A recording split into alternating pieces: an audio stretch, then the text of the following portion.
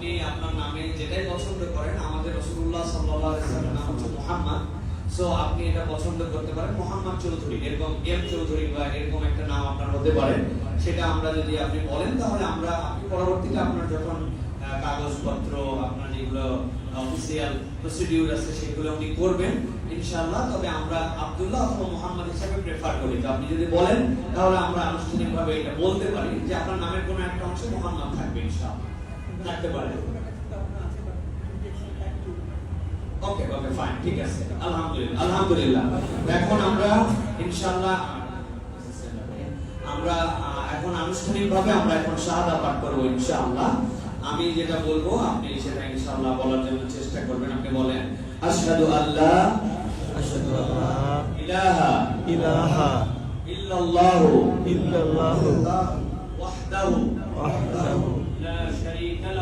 লা শারীকা লাহু ওয়া আশহাদু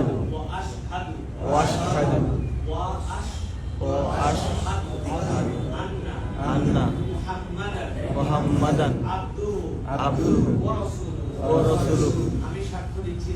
আমি সাক্ষ্য দিচ্ছি যে আল্লাহ ছাড়া কোনো ইলাহ নাই, মালিক নাই।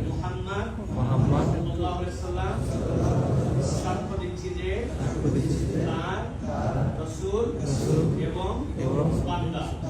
আলহামদুলিল্লাহ আলহামদুলিল্লাহ। তাকবীর, আল্লাহু আকবার, তাকবীর, আল্লাহু আকবার, তাকবীর, আল্লাহু আকবার।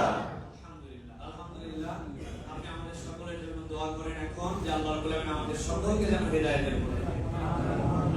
আল্লাহ আপনাদের সবাইকে ভালো পথে চলার, সৎভাবে চলার এবং সবাই এটাকে থাকার হেদায়েত করুন।